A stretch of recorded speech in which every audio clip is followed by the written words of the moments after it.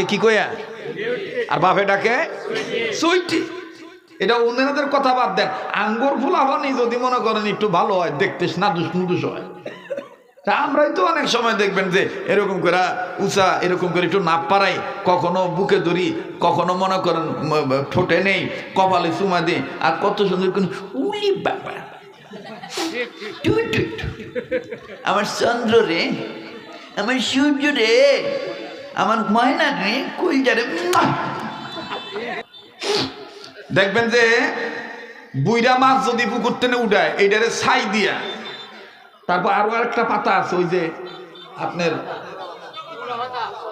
কি পাতা, আমি এই যে এটা ভালো কর, এটা ভালো হলো বা কি গো, খুশকা পাতা।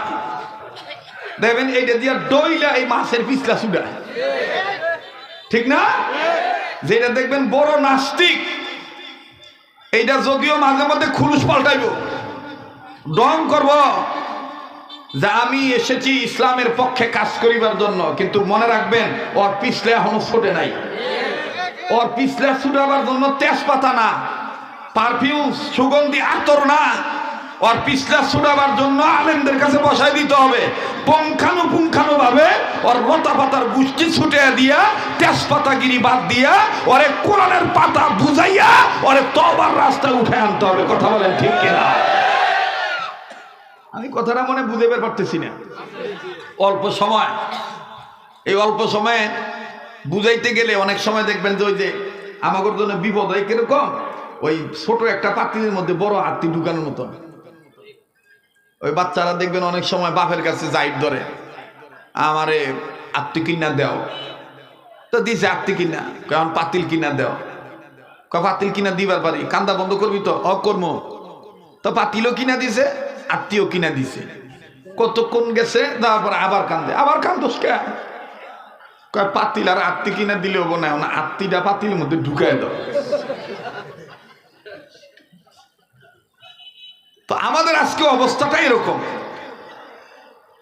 আমরা এমন একটা গ্যারাকলের মধ্যে পড়ছি, সিফার মধ্যে আসি।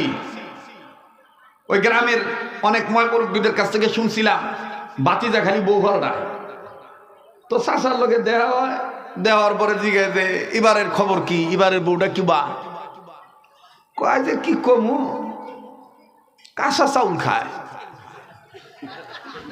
তাকে এটা চলবো না, মনে হয় না, তো এইটারে বাদ দিস। দেওয়ার পরে আর একটা আনার পরে 2-3 সপ্তাহ পরে আবার চাচার লোকে দেখা, চাচাকে বাতি দেয়, আগেরটা তো কাঁচা চাউল খাইতো, এখনকারটার খবর কি, কয় কপাল আমার মন্দ, চোখ থাকতেও অন্ধ, আগেরটা কাঁচা চাউল খাই চাবাইছে, এটা দেখি ধানে চাইলে গিলে।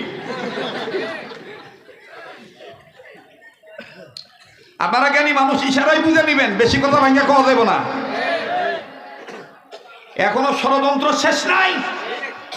স্বাধীনতা অর্জন করেছেন রক্তের বিনিময়ে, কিন্তু হুঁশিয়ার থাকবেন, সচেতন থাকবেন। আমাদের অচেতনতার কারণে, খামখেয়ালিপনার কারণে এই স্বাধীনতা যেন বিসর্জনে না যায়, এটা খেয়াল রাখতে হবে। কথা বলেন ঠিক কিনা? পারে না, দেখবেন যে বিড়িও দেখতে পারে না, বিড়ির গন্ধ শুনতে পারে না, আমার সেই সেনের ছোট ভাই, যুবক ভাই, অথচ কিছু ফটকা পোলাবান আছে, সিগারেট খায় আর ধোঁয়া ওর দিকে দেয়, সিগারেট ও খায় আর ধোঁয়া ওর দিকে দেয়, ও তখন কয়, এটা আমি সহ্য করতে পারি না, এভাবে কয়। তো ও তখন আমার চিন্তা করে দেয়, কয় ঠিক আছে, আমি এর চাইতে দামিটাও খাইতে পারি। পরের দিন আবার কিনছে দামিটা, তো পরের দিন আবার বন্ধু আইছে, আর পরে এখন ধোঁয়া আর এক দিকে দিছে বা ওর দিকে দিছে, ওই দিন আর স্যাংটা গন্ধ নাই। ও কইতেছে কিরে, গতকালকে একটা ভোসকা গন্ধ কইছে, আজকে দিয়ে কোনো গন্ধ নাই। তুই কি মনে করছস কালকে ঠেইডা, এটা সাদাটা, এটা সাদাটা, তার মানে সাদা বেনসনে বেশি গন্ধ নাই। যারা এটা খায় ওরা বুঝতে পারবো। এই তখন ডাক দিয়ে গন্ধ দিও তো নাই, দোস্ত একটা টান দিত, না আমার মাথা ঘুরে, বেটা মাথা ঘুরে না, পরকে না না না, এটা মুখে নিলে বাইক গেলে আব্বা আম্মা দরা খায়, আমি ভাত খেবার গেলে মা বাপ আমার সামনে আসলে মুখে গন্ধে দরা খেয়ে দেবো। দামি লজেন আছে, সুইংগাম আছে, কথা কয় না। এই তন অল্প করিয়া একটা টান দেয়, প্রথম দিন দেয় হলো সুখ টান,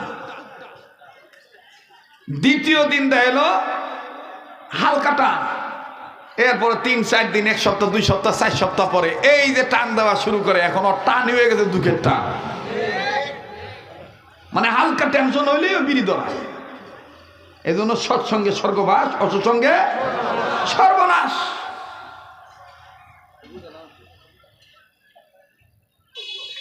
মোহতারাম হাজিরিন, beauty and sweetie, I love you, very very love you. আমি তোমাকে অনেক ভালোবাসি, তুমি যদি রাজি থাকো আমি তোমাকে বিবাহ করতে চাই। এখন মেয়েটা সৌন্দর্যের অহংকার না